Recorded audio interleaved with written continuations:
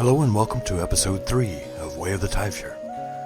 My special guest for this episode is Danny Mullikin of the band Tuatha Dea.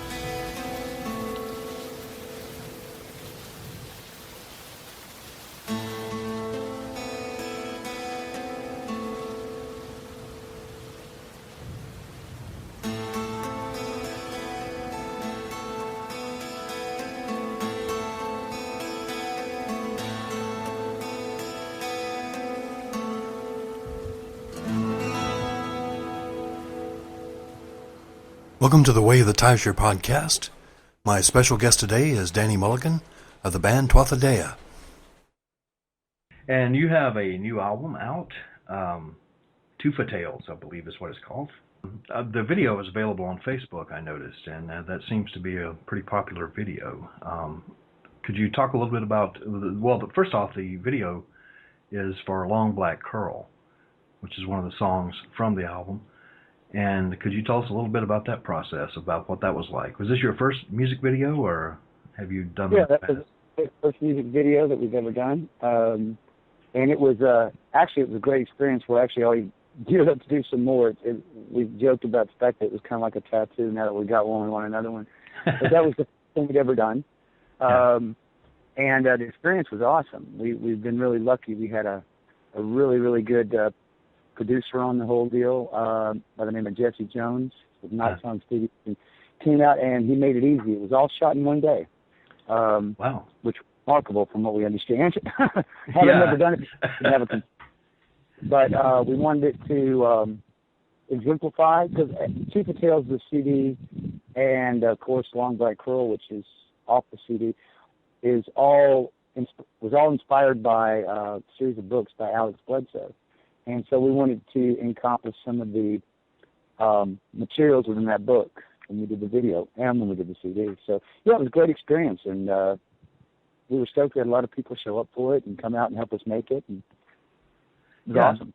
It was a fantastic video. Some of the people, are there any people we might recognize there in the video, or did you just kind of do a cattle call, or how did that work? Well, let's see. There's some people you might pinpoint. Of course, you got the group there, obviously. Yeah, obviously. And then there's some special people in the video, too. There is, I'll give you an example, and again, going back to trying to recreate some of the books, the essence of the books. In the books, there's Tuatha are the Appalachian Fae. They're the dark and light from Ireland. And they're represented in the books by an old man who is the leader of the Unseelie, and a young girl who is the leader of the Seelie group. And of course, you've got dark and light. They don't always correspond, but both need each other. And in the video, there's a young girl. That's actually our other daughter who played that part. There's also Rebecca and Kathy's mother is in there. And, well, actually, all the children that belong to Tuatha are in there somewhere. It's we call them Tuatha Tots. And all of our children, Kathy's daughter and Tesa's son and daughter, and, of course, our other daughter. So we've got some special people there. And Allie Blair, who's a spectacular fire spinner, is very prevalent throughout the course of the video. Yeah. And that was that filmed locally? Well, when I say locally, the order that's hosting this podcast is in South Carolina, upstate. I can see the North Carolina mountains from the studio here. And I understand you guys are from the Gatlinburg area, is that right? We are. We're from Gatlinburg, Tennessee. We're based out of there. It was very local, matter of fact. When we were scouting locations, we wanted to keep it in Appalachia. Again, the books that Alex wrote are all about the East Tennessee mountains. We're about about 35 minutes from North Carolina border. So when you're talking North Carolina mountains and Tennessee mountains, they're pretty much the same thing. But we were lucky. We found that location about 15 minutes from the base of the band, and actually about 10 minutes from where a couple of people live at. And so, it was really extremely local, and the people were gracious enough to let us come in and invade their space. The song Long Black Curl, could you tell us a little bit about what that's about, or maybe the story that inspired it? Well, I can give you a little bit of information, but unfortunately I can't give you too much, because Long Black Curl is Alex has currently 2 books out. One is called Hum and the Shiver, and one is called Whisper the Thing, which are 2 of the songs on the CD. Long Black Curl is the representation or the song that's inspired by the 3rd book, which has not yet been released, and so I'm not at liberty to give out any information. Oh, okay. I understand. But it sort of, in a general way, it's relating the kind of what I already explained a little bit. That there's the Seelie and the Unseelie. They're actually the Tuatha de Danaan, who have traveled to the United States before we settled it. They settled in the East Tennessee mountains, and they've been living there unbeknownst to the rest of the world and the population all these years. People just think they're odd country folk, and in truth, they're the actual faith from Ireland who have adapted. So it's really sort of representative of that, talking about the fact that you've got the dark and the light, and they're both coexisting. One requires the other, even though there is obvious controversy. So that's, I guess, the best way to describe the song without giving up too much. One of the things I was doing some research on was Cherokee spirituality, and I came across the idea of the little people with the Cherokee, so it kind of fits in together there that when the Irish and Scottish immigrants came over, they already had their own legends of the little people, and then they meet with the Cherokee who have the same legends. So I don't know if he will be touching on that in the book or not, but that was a pretty interesting thing to see that there were so many similarities in some of the spiritual beliefs there. Well, we actually, it's funny, we didn't know that either until after the fact, but we had some other people point that out. We've got some very close friends here, of course, living where we are. We're close to Cherokee, North Carolina, and we've had some people point out that a lot of the legends that are representative, we think of as being representative of Ireland, are also existing within the Cherokee legend, and you're about the third person to point that out to us, and I think it's amazing, as so many things are, that how things are so connected without us even knowing it. Your family and your band is literally a tribe in that you're all related one way or another. Would you mind going through the family genealogy and who plays what, that sort of thing? Yeah, that'd be fun. Well, there's me, and I guess the patriarch of the group because I'm the oldest guy in the group. And I am married to Rebecca. And Rebecca, of course, one of the lead singers for the group. Rebecca's sister, Kathy. Say hello, Kathy. Hello. Hi, Kathy. Rebecca's Kathy. That's her, obviously, a direct link in family.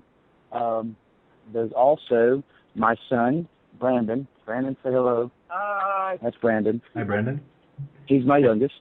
Then there's Kathy's husband, which has just walked up. That's Chris. Say hello, Chris. Hey. So, related by marriage.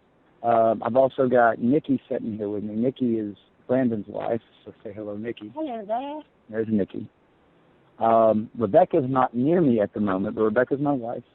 Yeah. And then there's my daughter, Tesea, who's also somewhere out and about. We're in Texas right now, so we're strode out a little bit.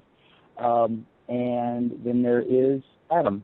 And Adam is the only person in the band that's not related by either marriage or blood, but we've more or less adopted him. I don't know if that's being related has something to do with this, but you're a very tight band. When we saw you at Piedmont Pagan Pride Day, I guess it was last weekend, and you guys are really tight and really on the mark. We were expecting maybe 45 minutes or an hour, but you guys played for like 2.5 hours, I think it was. It's fantastic. That's the thing. We have a hard time playing short sets. Yeah. And, I was kind of expecting the hits and everything, but you also threw in some rock and roll. Being a child of the 70s myself, I really appreciated some of the stuff you guys did. Just a lot of energy. One thing I wanted to ask you about, there's 8 members of the band. Is that just coincidence that happens to coincide with the Wheel of the Year with the 8 Sabbaths? Or At this stage, it's very much coincidence. Pretty much coincidence?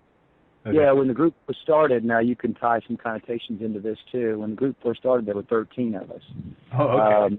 And then it's been sort of an evolution over the course of, now we'll be 5 years old come January. Oh, okay. And we've only been touring for about 2.5 of that though.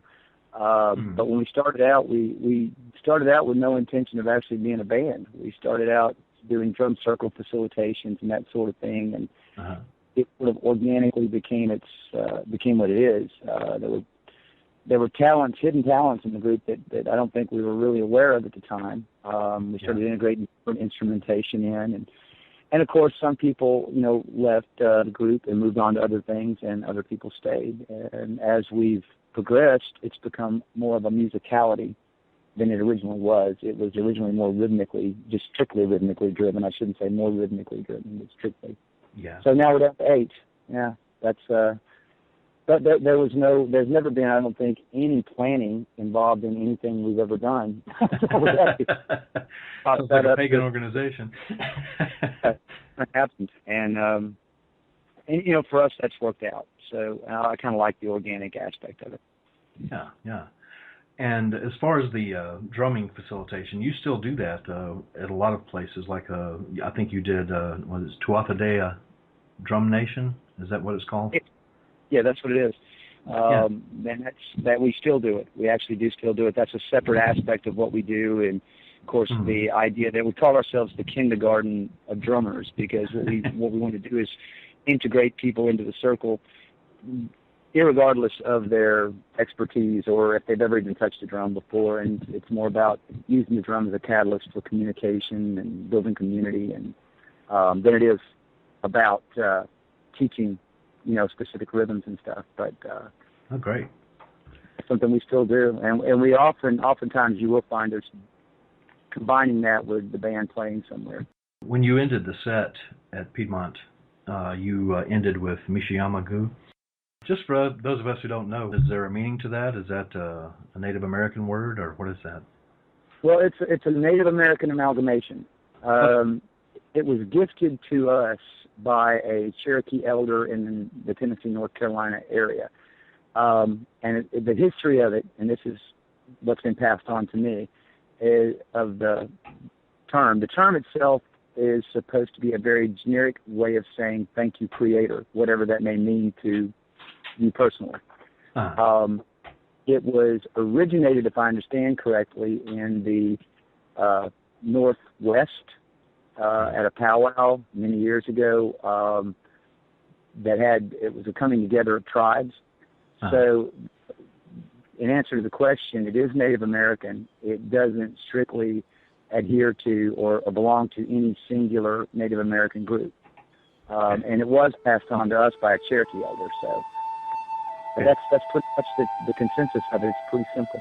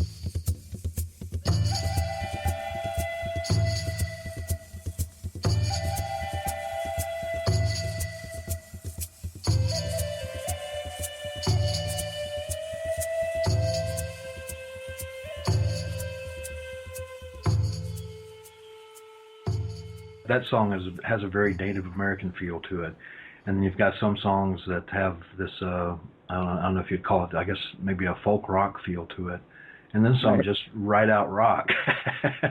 So you're able to cover a wide spectrum of genres, I guess, and still come out sounding great.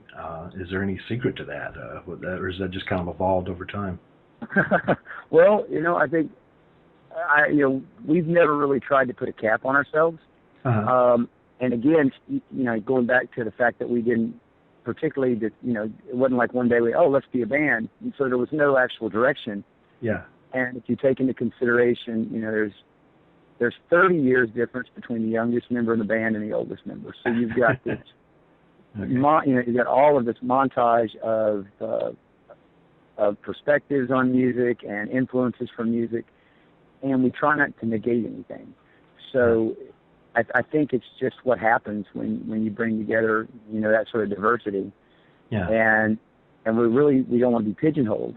So we've been open to a lot of things, and you're absolutely right. We'll go from something very tribal to something traditionally Celtic and turn around and do some rock and roll and maybe fall back to something else. And it's just kind of whatever happens. Music, is universal, so we just try to keep the whole eclecticism of it alive. Yeah, and I think it was Rebecca at Piedmont that had, I believe the song was Gaelic that she was singing in, and then she said something along the lines of, "Don't ask me what I'm saying, I have no idea," or something like that. throws me a punch in the head one of these days because I've thrown her under the bus for that stuff a bunch of times. That song is Gaelic. It's Allendine. It's an traditional song. It has an amazing backstory to it. She sang actually. Yes, she was singing in Gaelic.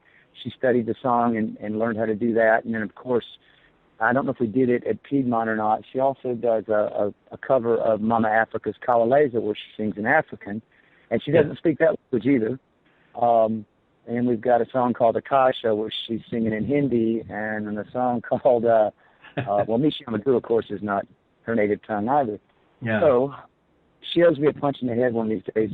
I keep having her sing languages. Yeah. And she does an excellent job, and she does a lot of research to make sure she does it, sings it appropriately, even though she doesn't speak that language.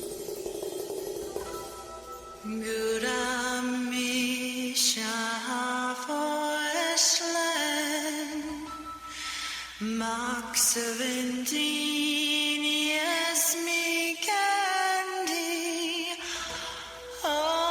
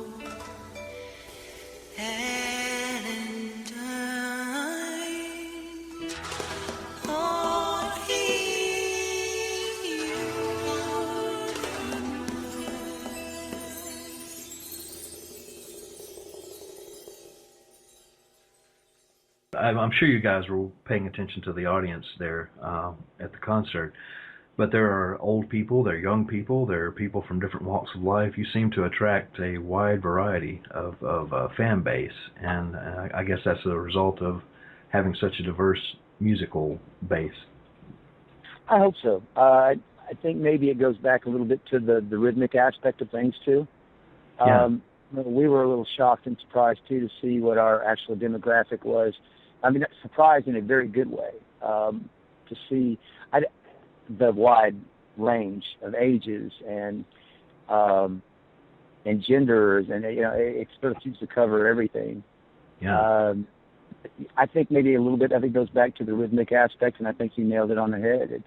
I think it's the eclectic aspect of it. There's not like a singular direction where, I don't really like that particular type of music. We jokingly tell people, if you don't like this song, hang around for the next one, because it's probably nothing like the one we just did. You have worked with some of the bigger names in, I guess we can call it pagan music. You've worked with Dave the Bard, Windy Rule, those people.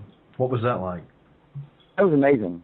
That was the inspiration for the CD before this last CD that we did, the CD The Tribe. And we had, we've been touring for about 2.5 years, and we recognized the fact that we've been fortunate and really lucky to work with some of these people. I mean, just, coming in contact with them and being able to play on stage with them and interact, and knew that we wanted to do something communal.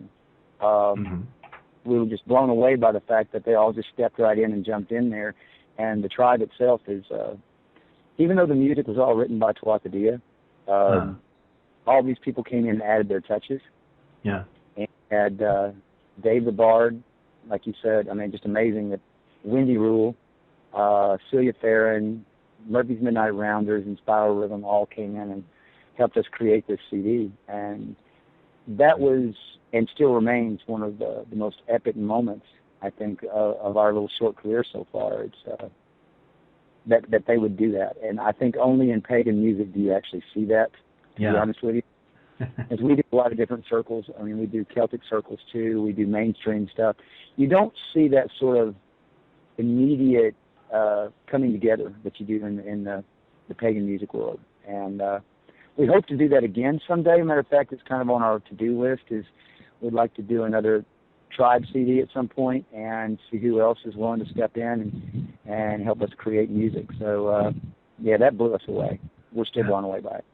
Yeah, and that was a fantastic album, too. As a matter of fact, that's how I found out about you guys in the first place. I was looking up Dave the Bard videos and found the one with you and him playing together. Was that at Pagan Spirit Gathering, or where was that? Yeah, that was Pagan Spirit Gathering. That's where we met Dave at, up in Illinois. Yeah. Oh, great. And what do you have coming up in the near future?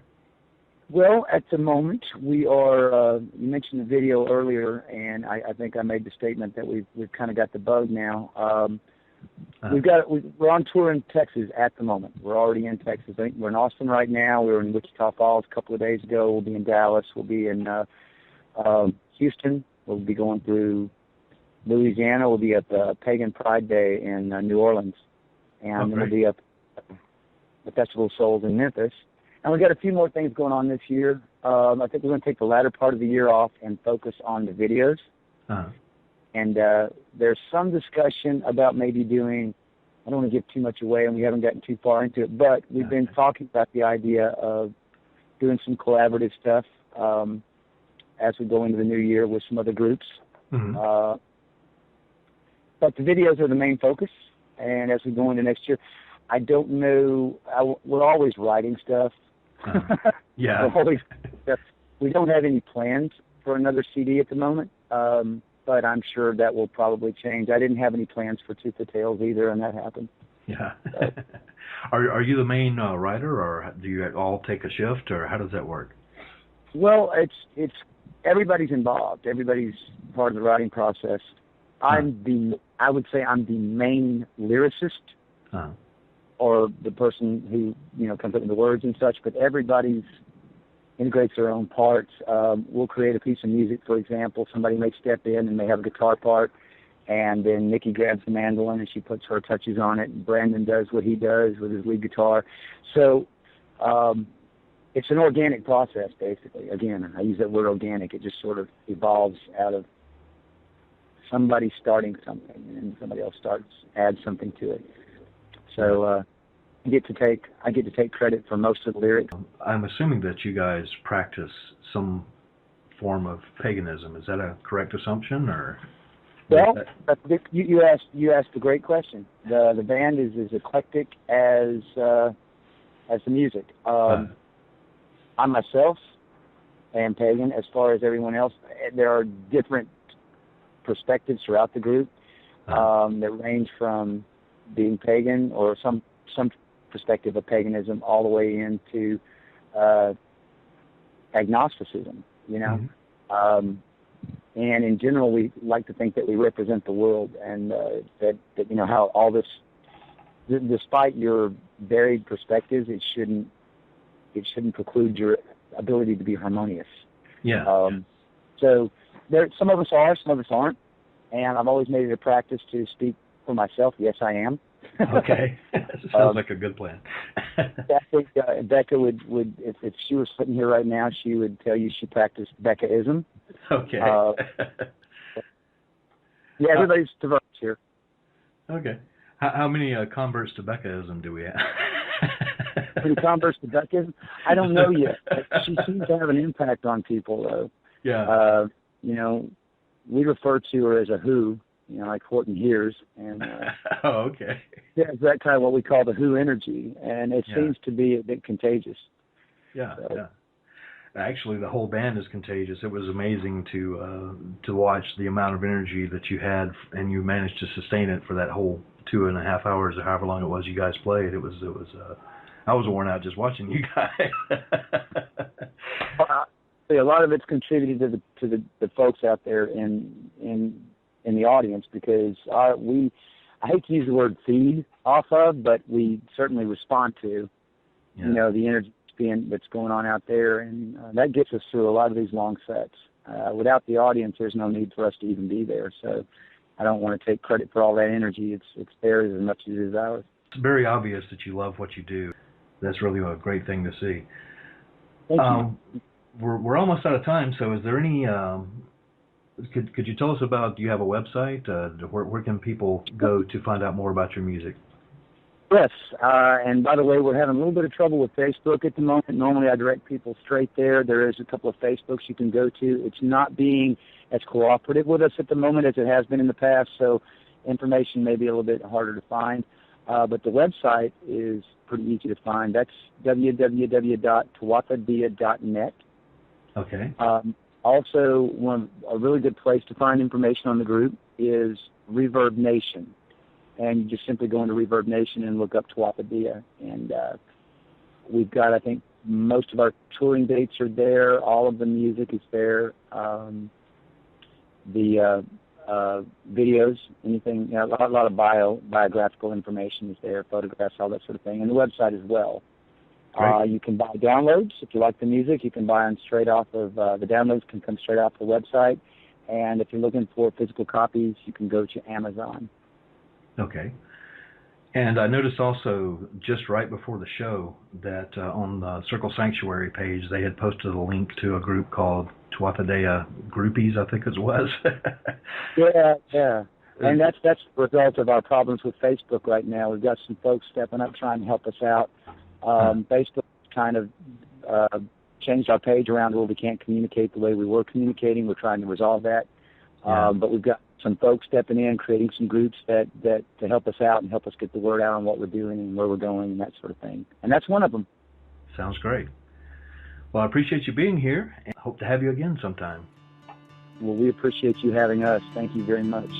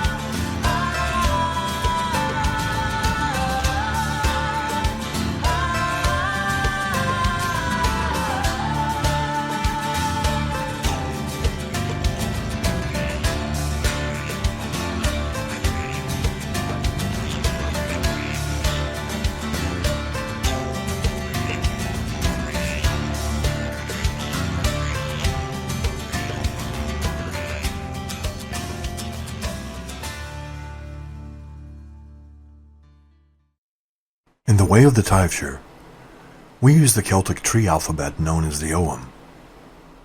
In this section of the podcast, we will present one character of the Ogham each week, offering information on the meaning of each letter of the Ogham alphabet, trees associated with each letter, the healing and magical properties of each tree, gods and goddesses associated with each tree and letter, and the divinatory meanings of each letter of the Ogham.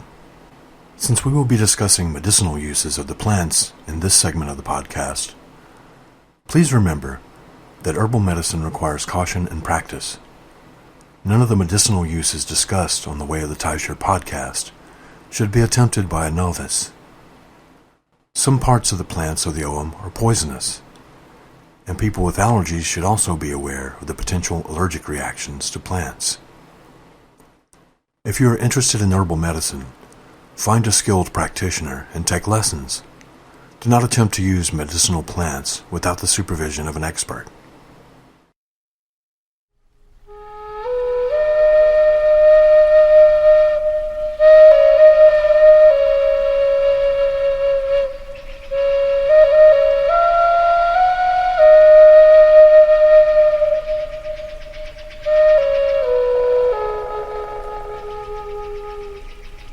The letter B of the Ogham alphabet is Bay.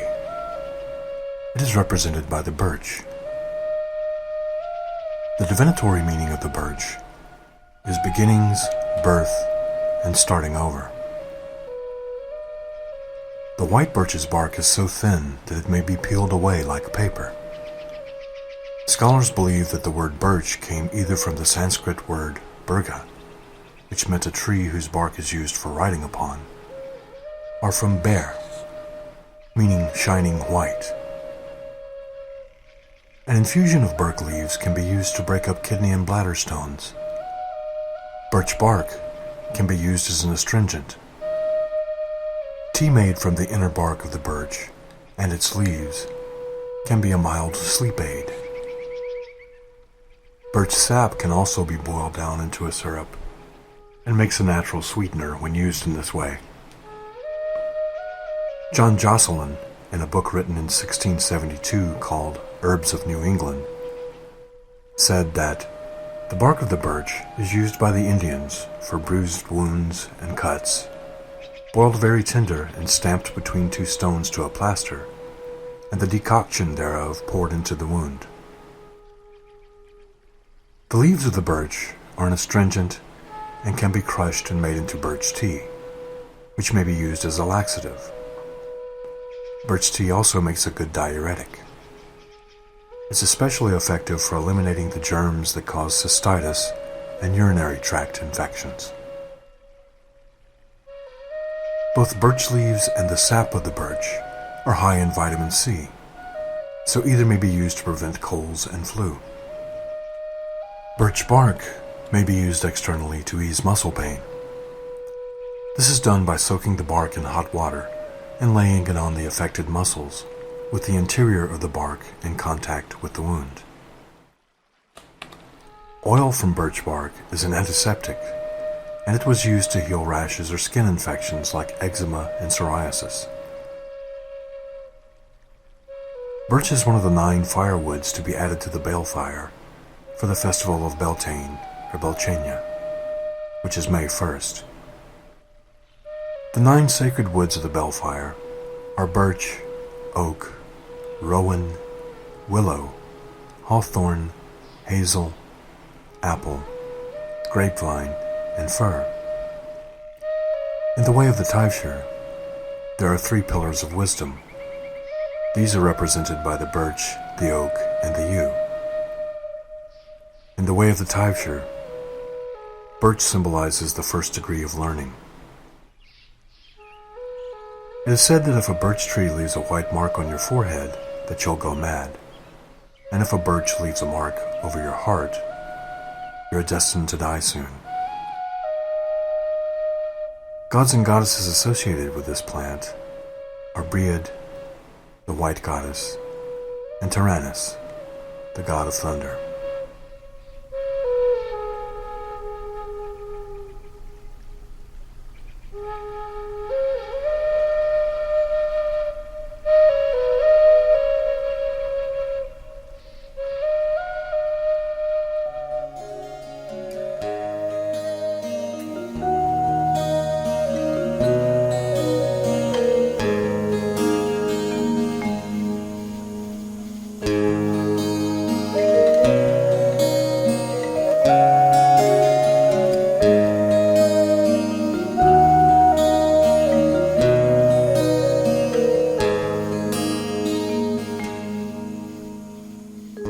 You've been listening to The Way of the Taibhsear with my special guest, Danny Mullikin of the band Tuatha Dea. The Way of the Taibhsear is the official podcast of the Order of the Taibhsear. You can learn more about us at Taibhsear.com. That's TAIBHSEAR.com. We'd love to hear listener feedback. Get in touch with us by emailing us at podcast@Taibhsear.com. Again, that spelling is TAIBHSEAR. If your Grover Circle has an upcoming event you'd like to hear us featured on the podcast, let us know. The Way of the Taibhsear is a weekly podcast. Get your announcement to us at least 2 weeks prior to the event, and we'll try to announce it for you. The Way of the Taibhsear is a podcast about Druidry and paganism as practiced by the Order of the Taibhsear. Paganism is a wide and diverse community, and we don't claim to speak for all pagans. If you have a differing opinion, feel free to get in touch with us, and we can share your comments with our listening audience. We're always looking for interesting guests and topics.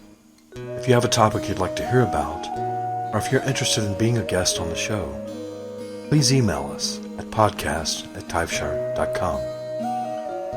Until next time, blessings of the ancestors.